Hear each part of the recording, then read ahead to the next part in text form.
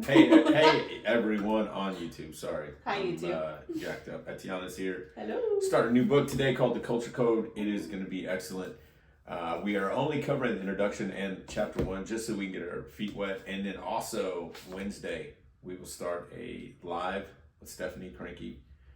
She is an HR, I would say, specialist. So we're going to talk a little bit about culture at that live this Wednesday, which will be the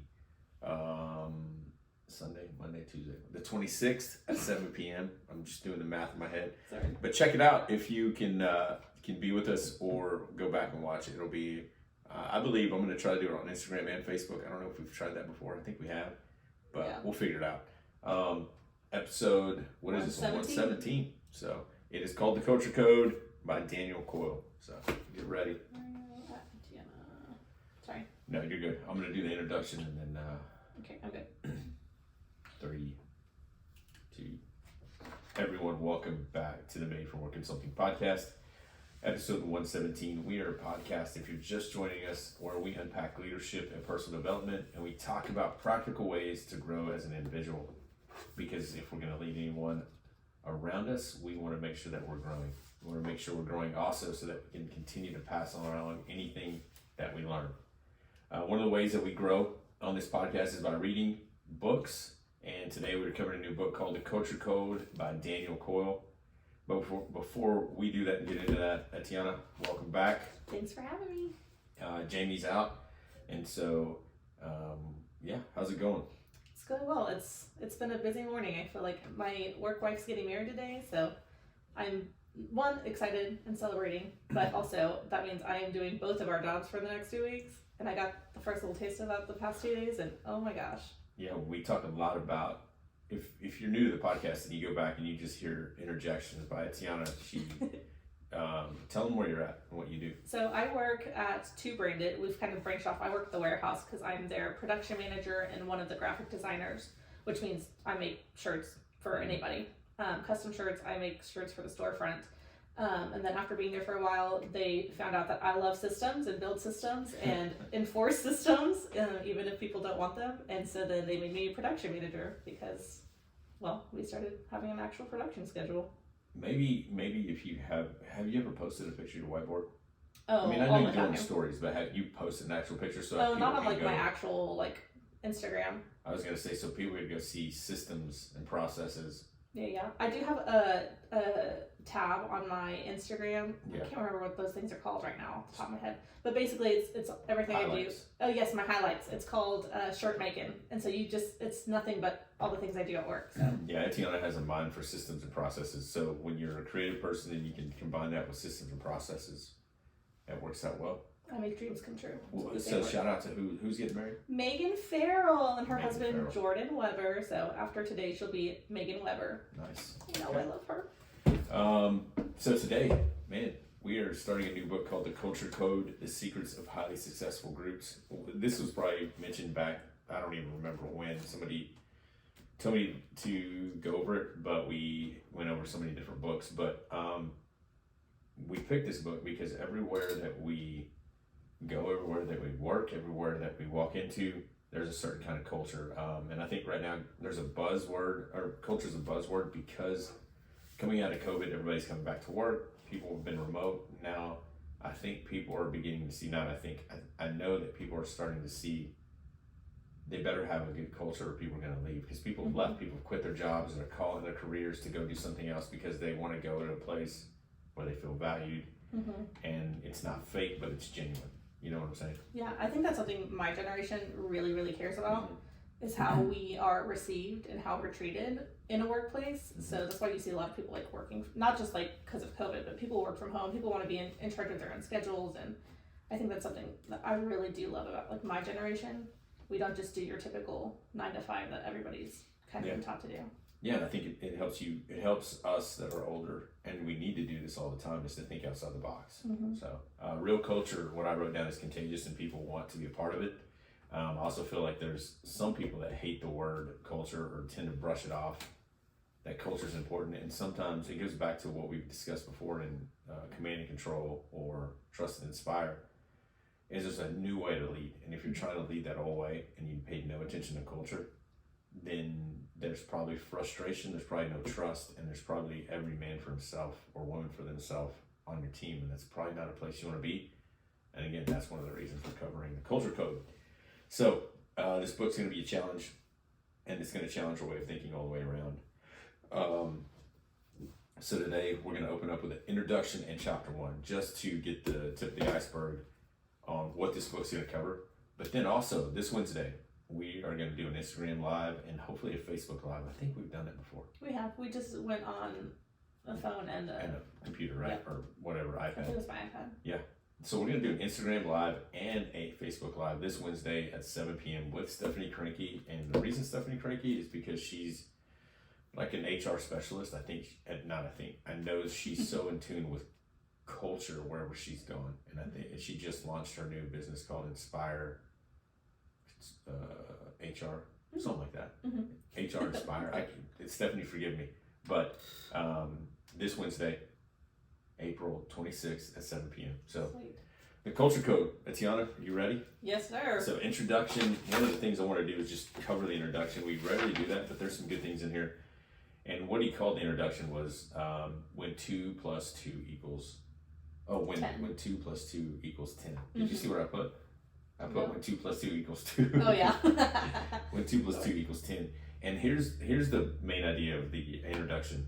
There was a challenge between kindergartners and some businessmen, some business school students, some law students, some very, very, very smart students. I think he said lawyers, Stanford. CEOs. Yeah.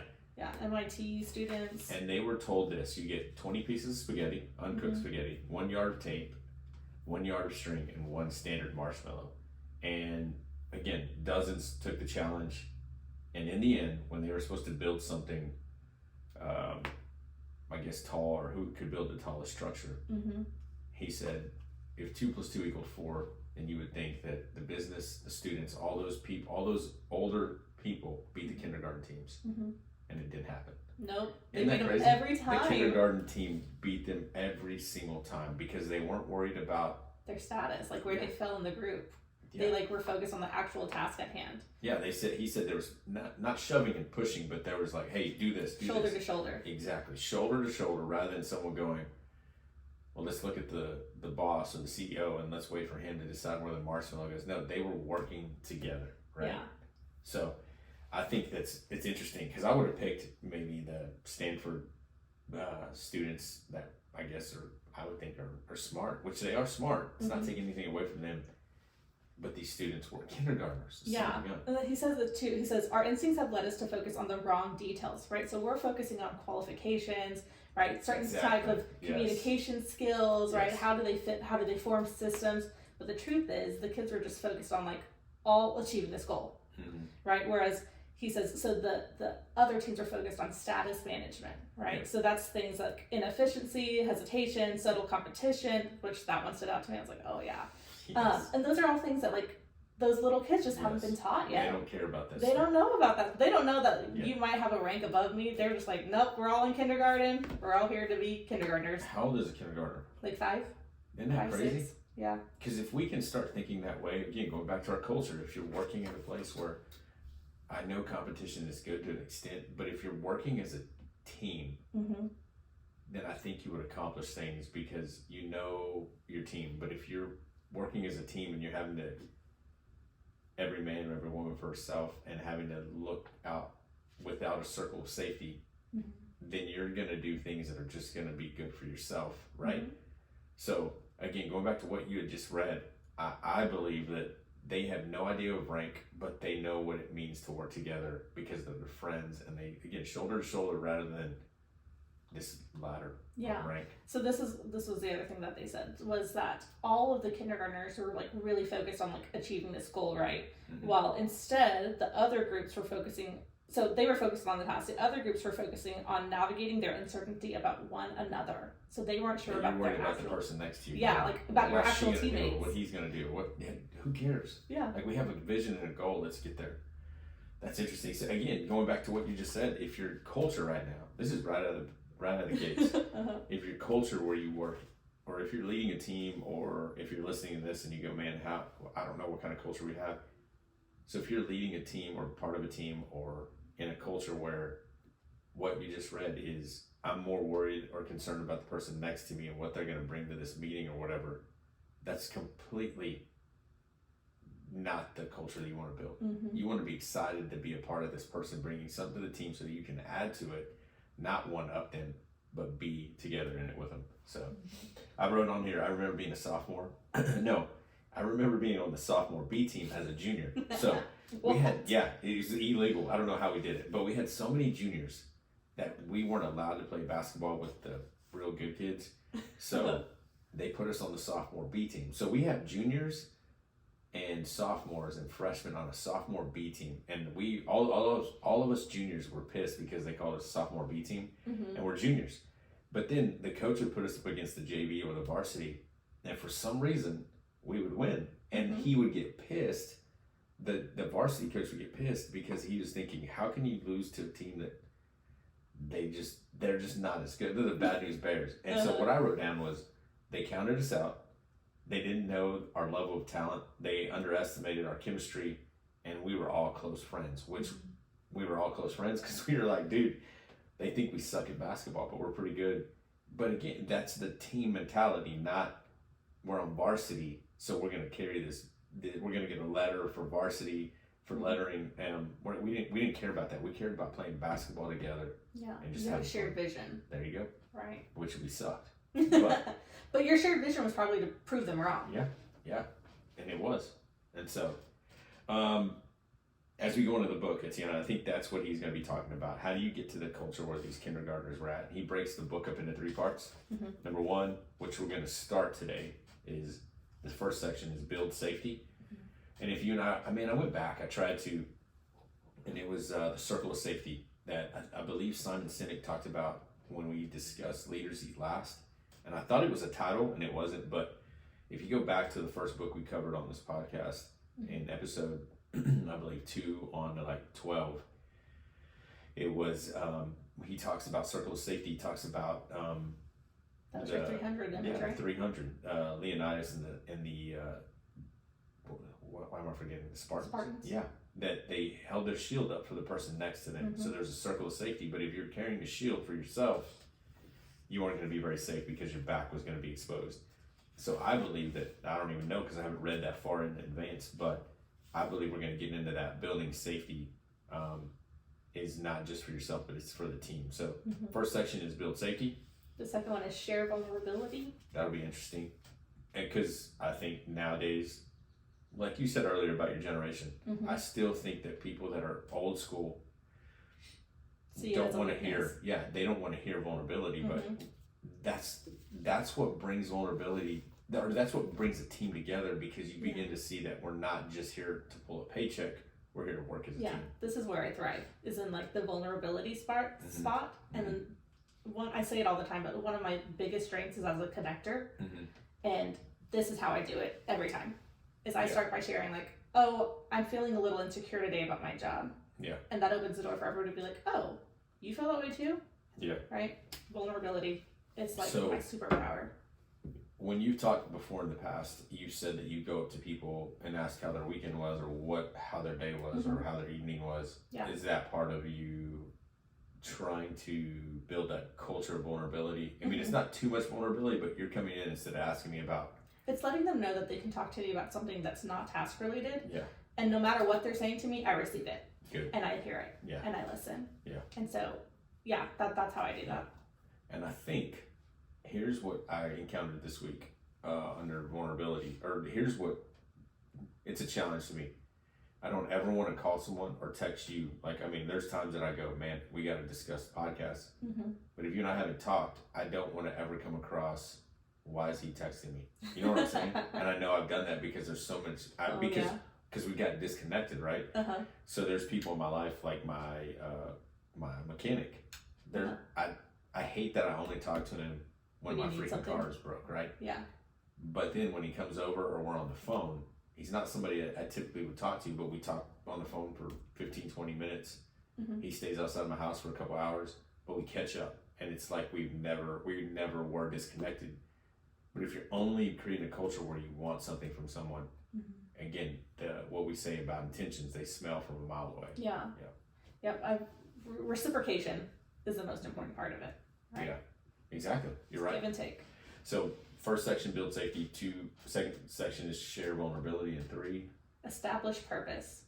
So what's interesting about a culture is before you've established where you're going, he's talking about building safety and being vulnerable. And I think that if we try to establish a purpose first, then maybe we're putting things wrong. So we'll see as we unpack this. The culture, this is what I thought was interesting. The word culture comes from the Latin word cultus, which means care. Yes. So like Etiana said, some of this is, it goes directly to who she is, because that's who she's a caring person. And for me, on the learning part of it and the knowledge part of it, I think that's just, for me, it's just, and for you, I believe too, and the people that we surround ourselves with, which is interesting. Most people, this is just who genuinely they are. They care for other people. But when you take it to a work-related area, man, do you care for your employees, or do you just care about the job getting done? Which I know the job has to get done because we're paying them and they're on payroll. But if you don't care about them, I believe that comes across pretty easy. Yeah, absolutely. Culture is a set of living relationships. That's cool. A set of living, not dead, but living relationships working towards a shared goal. So here's one of the questions I want us to ask ourselves. Is your place of work or your organization a place of living relationships, or is it a place of dead relationships? Or shallow relationships. Yeah, true. Shallow. Yeah, shallow or dead. And I wonder if people are listening and go, and this does not mean you have to be buddy with everybody, especially if you have a huge organization where you stretch across different cities, states, countries. But I believe that if you're, I would say, I don't know, 7 to 15 people on staff, you should have some solid relationships, because that's a small organization. And then Maxwell does that whole, if I have an organization of 200, he says to invest in that top 20. And then that 20% you invest in their 20, and then the next in 20. So everybody's being invested in. And I think that's where that top 20% is, they can't be shallow and they can't be dead. Yeah. Because if we're the boss, we're the CEO, we're the leadership team, if we don't have solid relationships, living meaning growing, then we're all coming to the table with our own agenda. So heck yeah. So section 1, that was the introduction. Section 1 is going to be called Build Safety. I put note in one of our other books, like I said, Leaders Eat Last is another book that I would probably pair this up with, just to maybe go through, because Leaders Eat Last is going to talk about the leader that's going to build this culture. The culture code is talking about the actual culture that leader is building. So chapter 1, the good apples. This was so funny to me. It was. I loved it. This is like Undercover Boss, but the flip side. Yeah. Like, but like in a negative way. Yeah, if we owned a company, basically what did he, you want to explain what he did? Yeah, so it's called the good apples, but what they talk about is, it's called the bad apple experiment. So that they would find these groups of people, right? Different organizations. They did classrooms, right? They did a bunch of different places. And they would plant this bad apple in the group. And he would play 3 different roles. The jerk, which would basically be like aggressive, defiant. The slacker, so those are the people who like just don't contribute, kind of whatever. And then the downer, which is like your Eeyore type, right? So 3 different types of roles he could play in all the situations. And so they would plant him in their groups to see how he would bring the group down with him. So if we stop right there and go, the jerk, the slacker, the downer. Think about this, and I'm not talking about think about yourself, but think about your culture. Every one of us has been at some point where we were either the bad apple or we encountered the bad apple on a team, right? Yes. And I think that's how important the influence word is because what he would say is that when he was the jerk, people were short. I mean, it was a good culture, but once he got in there and was being a jerk, people began to take on his personality. And he was just one. Infectious. He was just one, right? And then the downer or the slacker, people would fold their hands. They'd stop giving their best because he wasn't bringing to the table.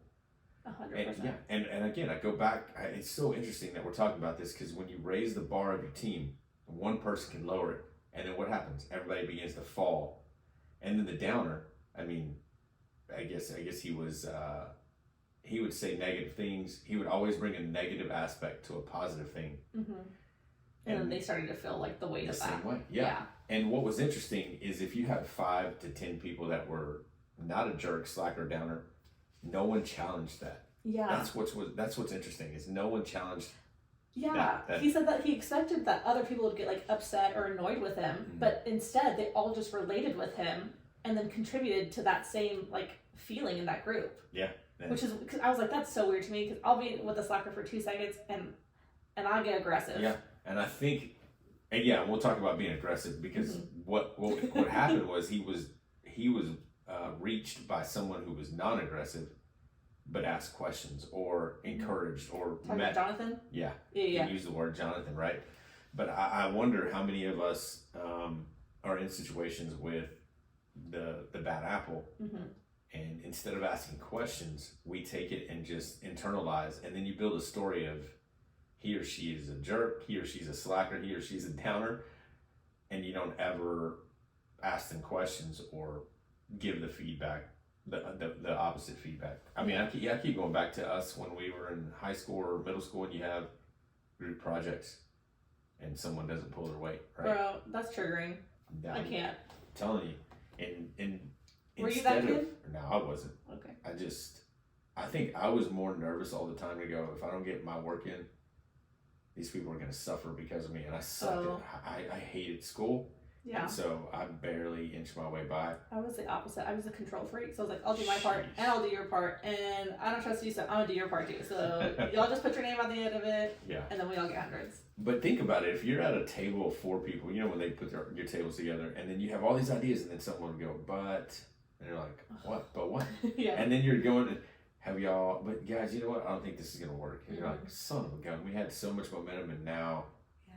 And if you create a culture that's based around one person doing that, instead of challenging them, encouraging them, inspiring them, and motivating them, and all that, empowering them, then you're going to have a culture that is jerkish, slackish, or downer. So insert the good apple, right? So all of a sudden, here's the bad apple experiment, which they called him Nick. But then Jonathan comes around, and he's the guy who was not going to allow Nick to affect the group. But he didn't do it with stern and aggressive nature. They said he asked questions, and for every negative, he had a positive. And they said he would do it in small little increments and things like that. They said, like, just looking at it, it doesn't actually seem like he's doing anything at all. Yeah, no. And which I was like, well, what the heck? But yeah, and then just... what they said too was like he diffused the situations and he would take the danger like out of the room. And so when someone takes danger out of the room, that is going to bring us to something here in a second. Is this quote? You want to read that? The one in red? Yep. It says, Jonathan's group succeeds not because its members are smarter, but because they are safer. So what, like Etiana just said, when you take the danger out of a group, the Spartans, when they would hold their shield up next to someone else, they took the danger out because their back was not exposed. And if you're in an environment or culture where every man or woman is for themselves, guess what? They don't feel safe. And if there's not safe, there's no trust. And if there's no trust, there's no teamwork. And if there's no teamwork, then you have no team. And it's just that effect.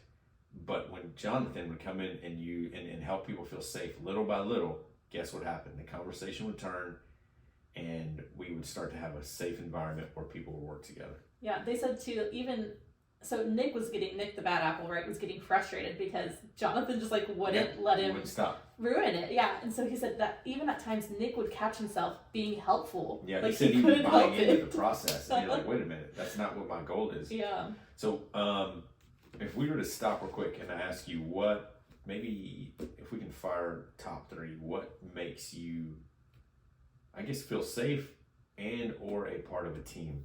So if we started a team, what would you think would bring safety to the people around us? Not just you, but what would you think would be your top 3 to go, man, this is how we would probably build a good, safe team? The first one for me is recognition and appreciation. Okay. Right, so calling out what you see that they're doing right, and in front of everybody saying like, hey, this is working. Okay. I see what you're saying. Okay. Let's see. What do you got? I think allowing, okay, so you're saying recognition, right? What they do, right? I believe input, like asking for their input. And it's not, it's for me, team is so vital wherever we go. That's why I think you know me this well enough. And I know staffs that the staff that you and I worked on, even that staff, people at SLAB, people that we work with, and even when we started Made for More, people would say, why are you saying we? Who's starting it? And I'm like, I don't ever want to use the word I, us, or they. It's we. It is always us as a team. And so for me, I believe it's I don't know how you would say it, inclusion by asking questions. So you're saying recognition, mine is inclusion, going, you got to make sure that you're asking them what they're thinking. Because if they're thinking or they have good ideas and they're not allowed to bring them to the table, then you're the only one doing it. And that's command and control. It's not trust and inspire. I think the other one is like allowed vulnerability, right? Where it's safe to take risks, right? So knowing like even if I miss the mark, it's okay. Yeah, we'll learn from it.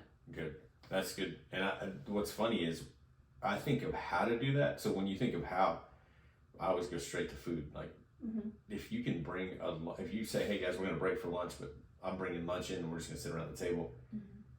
Around that table to go, hey, did you watch the game last night? Or hey, do you have any kids? What are your kids involved in? Or I don't know, what do you find fun? Or what did y'all do this weekend? Building culture around getting to know those people, that builds, one, you're hearing from them, two, you're allowing them to be themselves, and three, you're allowing yourself to, again, learn more about the people around you so that it is inclusion. You are getting to recognize them, and it's just vulnerability. So there's a list on page 8 that Coyle shares with us, and he talks about, well, again, we're going back to safety. If you're going to have a great culture and you want to build safety, I'll read one and you can read one. Okay. He says this, there's probably, I think maybe 10, I don't know. I use it as a checklist to see what I do correctly. Oh, nice. See, I didn't do that, I just highlighted. That's good. Number 1, close physical proximity, often in circles. Profuse amounts of eye contact. Physical touch, handshakes, fist bumps, or hugs. Lots of short, energetic exchanges, no long speeches.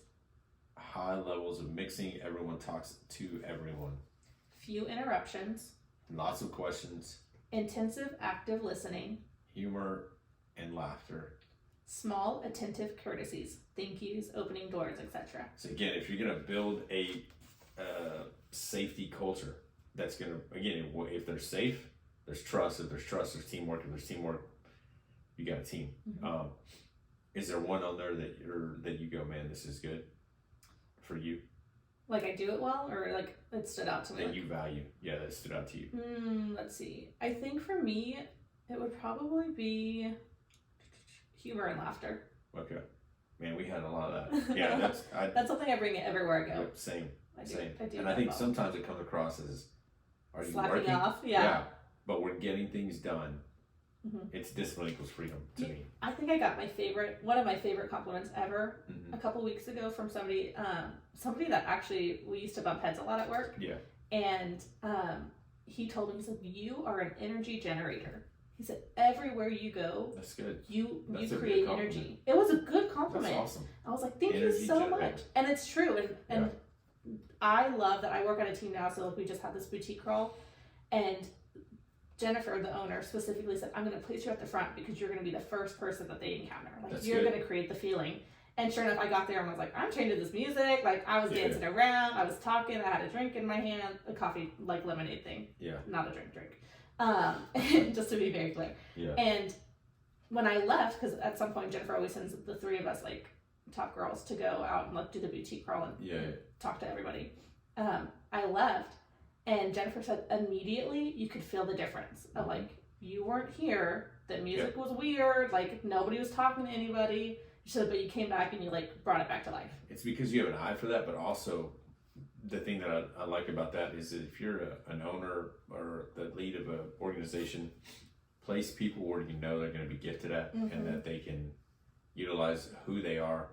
Again, like you're saying, if you're dancing around, you have the level of energy that's going to match the room that you want, then you're going to bring it, right? I think for me, it's that close physical proximity, often in circles, And again, the physical touch, handshake, fist bumps, and hugs. When we did student ministry, that was one of the things that I learned the most is, hey, high fives, hugs, whatever, so that you're building small safety, vulnerable moments, not in a creepy way, but if the kid trusts you, then he or she's going to open up and talk to you about things, or he's going to listen to you once you get on stage because you have that connection with them. And then the close physical proximity, for me, I think if you get in a circle or sit at a table, you often share ideas to go, man, let's bring it in, let's talk, and you're always there. I know sometimes it can be a distraction, but I think that's good. Yeah, I think the other one that was really important too was the high levels of mixing. Everybody talks to everyone. And I think that helps to eliminate that feeling of like status and rank, right? Yeah. If you're the owner of the business and you're coming to talk to me while I'm cleaning at the table, like I don't feel like I'm less than you. I feel like you see me. Yeah. So mixing is a really, really good one too. I think what I'm writing down is put this, you or I, it doesn't matter. Social media, us, to put this on and just ask people which one of these maybe do they value or do they like, or what are they missing? And I like what you said. You said you checked off ones that you practice. Cool. Which one did you not practice, or could you get better at? Definitely few interruptions, but that's just because I'm a talker. And then actually that was probably about it. Cool. I tend to be in like close proximity with my people. I see everybody every week. So nice. I think the interruptions is the one I could work on the most. Nice. Yeah, I don't know. Yeah, a few interruptions probably. I like to stop, and like you said, I like to talk to people. Well, too, like with us, like we have a rapport of 12 years of knowing each other. Like I can almost always finish your thought in my head and know what you're gonna say, and you do the same thing with me. You know how I think because we have that vision and we know where we're headed, right? Yes. Regardless of what we're doing, because we know each other. And then if you were to look at what's interesting is I look at Jamie and she's quiet. Probably doesn't want too close of physical proximity, but when she brings what she brings to the circle, you go, oh, cool. She's a listener. She's going to ask questions. She's good about eye contact. And the small tentative curve. Yeah. And what that does, again, it promotes safety. And that's what you want in culture is safety. So all of a sudden, Etiana and I have been talking, and we've talked about safety. They use the word family. And then chemistry. So if you want chemistry on your team, right, you need to treat people as if they were your family. Well, sometimes your family. Some families are highly dysfunctional. Your chosen family. Yes. And then safety. But that's what people said they wanted in a culture was a safety. It felt like a family. And chemistry. Yeah, he said there was something irresistible about being around these groups that made me crave more connection. That's what it is. It's that feeling of connection. Yep, that's good. Man, when we produce safety, it provides people to feel or belong like a family, and then that produces chemistry. And going back to my days as a youth pastor, one of the things I told leaders was, I don't care how many students step into this place. I don't care if it's 7 or 70 or 700. The goal was for them to feel safe, number one, to be known and feel safe. Those are the first two. And people may go, well, don't you want them to know about God? And I'm like, no, they're not going to be open to hearing anything if they're not known and if they don't feel safe. And if you can get those two first, which means, guess what? You got to get to know someone. So you got to listen and you got to ask questions and create that safety so that in turn, like you said earlier, they're open to hearing other things. Yeah. There's one last quote that unless you have something else that you highlighted that you want to share. Yeah, one of the notes I just took, and this was something that was taught to me while we were working together, was every hire alters the chemistry, and it's either going to alter it for better or it's going to alter it for worse. Yes. So I think that's something that's really important when you're talking to people, is seeing like, how are you going to fit in with our culture here? And a good chemistry change, that's not bad at all, right? So things can absolutely get better than they are, but you also have to be very aware, like you can hire somebody and that can bring your chemistry down too. Yeah, and I think you can have that as an expectation, and as long as you talk about it. Now, if there's an unmet expectation, you've never told them that there's a culture that you want to create or keep, then everybody's going to be left asking, why are we being questioned? Or So what the last quote that I'll read, it says, words are noise. And I believe if you were to stop there, that's perfect, because it's saying again, show me. Don't just talk about it, show me. So he says, words are noise. Group performance depends on behavior that communicates one powerful overarching idea. We are safe and connected. So people want to be safe and they want to be connected, and guess what you get from that? Chemistry, connection, teamwork, and I believe that's how you create an amazing team. Heck yeah. So that was just chapter 1 and the introduction. Yeah, I know it's a little short, but what we're going to try to do is cover probably the rest of section 1, which is 2 through 6, and just see how he unpacks that. And it's the section that is called, what was it, build safety. I believe that's what it was. Yeah. Wait, was it? So we're still in the first Build section. safety, yeah. Right, it's the first few chapters. Yeah. The next one will be build safety. What do you mean? Your first few chapters are over that first. Build safety? No, wait, is that the first one? Yeah, that's the first section. Yes, Yeah, that is no, amazing. you're The good. next one's shared vulnerability, isn't it? So build safety is what we'll cover over the next podcast. Yeah. And it's always a challenge to try to narrow this down into 30 or 40 minutes. And I believe we're right at 35 minutes, which is cool. Oh. And I think that'll help us just to hit the highlights of it. Mhm. But also, like this week, I want to take what we just unpacked and I want to ask Stephanie on our live, what has she seen that builds safety, and then what destroys it? I probably want to write that down. Yeah. What does she see that builds safety? Builds Safety. and destroys. Yep. Heck yeah. Safety. This was one of my favorites so far. But that's just because I care a lot about chemistry and culture. So I was excited about this book. Yeah, and again, I think that when you care about those things and you're typically that kind of, I guess anybody can be that kind of person, but when you care about culture, chemistry, connection, it doesn't just affect you, it affects other people. And again, for the positive, for the worse, you can build team or you can tear it down. So I have a couple action steps. Number 1, do our people feel safe?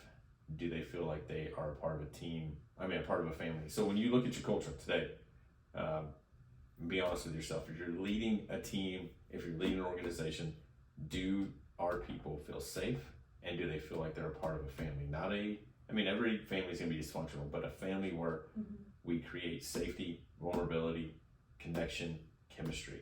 Do your people feel that way? Yeah, and I think if you want to be extra bold, you can ask them. Yeah. Make it anonymous and see Heck yeah. how they really feel about it. Yes. That's hard. That's a hard truth to see sometimes. Yeah. But learning the truth, the only way you're going to change is knowing about it, right? Yeah, Knowing the truth. absolutely. But if you're living in a world where you think that's what it is, and you have an excuse for every time someone says, no, we don't have that here, then we're just lying to ourselves, which sucks. But sometimes you got to take a look in the mirror and go, what do I need to fix? That was like that soccer, right? Yeah, The part exactly. he said that everybody contributed, they like all half-assed the project, they all finished it, but when you asked them at the end, they all felt great about it. Yep. They thought that they did a great job and they killed it. Yep. They were like, next. Exactly. All right, next action step. Am I communicating the vision? So as a leader, am I communicating the vision and direction with my team? If not, how do they know they belong? What can I do this week to share more of the vision and direction? And the reason I went to that is because if you come to work for an organization and no one knows the vision or no one knows the direction we're heading, then how do they know where we're going, number one? But that probably means that you're more focused on tasks and getting things done rather than going, here's who we are, here's what we do, and here's your role in it. Because I believe if you don't share that, then we're just all over the place and you're just saying, hey, get busy, I'm going to throw you in the fire. And it's just a matter of doing that. I believe that if you share vision first, who we are, then they get to go, oh, this is how I fit into this team. So, yeah. Heck yeah, that was good. The Culture Code, Daniel Coyle. Go out and get it. We'll keep this up next week. Anything else? No, I think that's it. Okay. Instagram Live, Facebook Live, 7 p.m. Wednesday, April 26th. Correct. And man, it's already going to be the 26th, dude. I know. I still have my March calendar up in my apartment right now. That's crazy. So we're going to be getting there Wednesday, 7 p.m. or 7 p.m. Central for those of you that follow us in other time zones. Do the math because I can't do it for you. 7 p.m. Central Time on Instagram and Facebook. Yeah, so I appreciate you guys being here. Etiana, thanks for helping out. Thanks for having me And I on. know that we're going to be continuing to just unpack this book with you and Jamie and with Stephanie. And yeah, let's have a Wrap great it week. up. Remember, we exist for more. We're here to offer more. Don't ever give up. Every single one of us is made for more. Later, guys. You too. Appreciate you guys being here. Thanks for tuning in, and we'll talk to you guys later. See ya. Yeah.